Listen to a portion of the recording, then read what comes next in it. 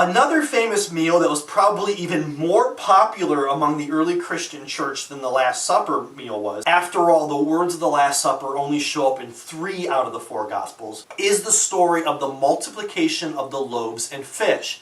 This story shows up 6 times in 4 Gospels. That means some Gospels do it twice. They loved this story.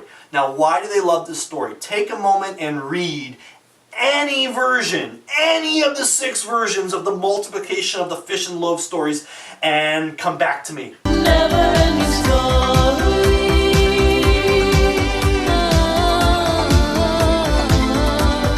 The early church loved this story because it prefigures the Eucharist. And it's not just prefiguring the Last Supper, but it prefigures how the early church celebrated Eucharist and even how we celebrate Eucharist today.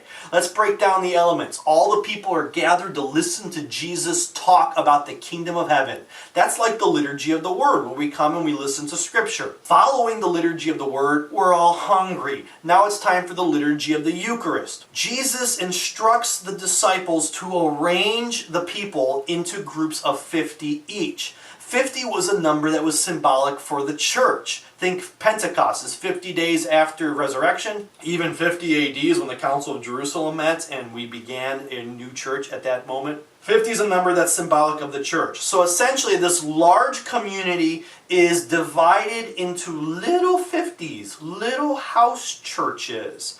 And it's in these little churches the people are going to have their fill. Little boxes made of ticky-tacky, little boxes on the hillside, little boxes all the same. So there are 7 food items. There are 5 loaves of bread and 2 fish. 7. On the 7th day is when we worship God. The Sabbath day, the Lord's day. Bread, of course, is symbolic of Jesus. Jesus is the bread of life. He talks about at the Last Supper, this bread is me. Bread's clearly Jesus. What about the fish? The fish was the symbol for the early church. Before we rebranded and made it the cross, the fish was originally the symbol for Christianity. Give me back that filet fish.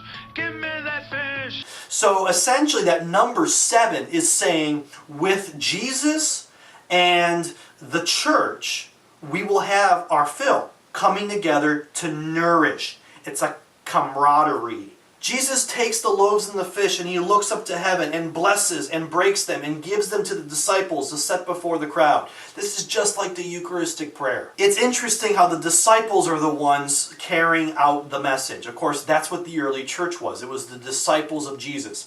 And the fragments left over in Greek, the word fragment there is actually the same Greek word that referred to the Eucharistic wafer. Okay, so they have 12 baskets of leftovers, 12 baskets of Eucharistic wafers. Why 12? Because it's the apostles that continue what Jesus started. It's the apostles that continue the Holy Eucharist. Okay, and what else does the story have in common? Jesus is present. And today, in the Catholic Church, we believe Jesus is present. He was present to start this thing, and He's still with us, nourishing us.